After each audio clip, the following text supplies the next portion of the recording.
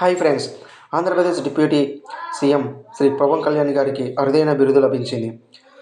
పుట్టేగి శ్రీకృష్ణ మఠం పీఠాధిపతి శ్రీ సుగణేంద్ర తీర్థ స్వామీజీ పవన్ కళ్యాణ్కు అభినవ కృష్ణ దేవరాయ అనే బిరుదును ప్రదానం చేశారు.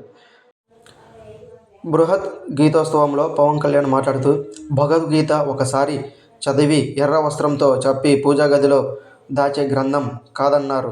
మన జీవితంలో ప్రతి నిర్ణయం, ప్రతి మానసిక సమస్యకు పరిష్కారంగా మనల్ని నడిపించే జ్ఞానం భగవద్గీత అని పవన్ కళ్యాణ్ గారు గీతోపదేశం చేశారు.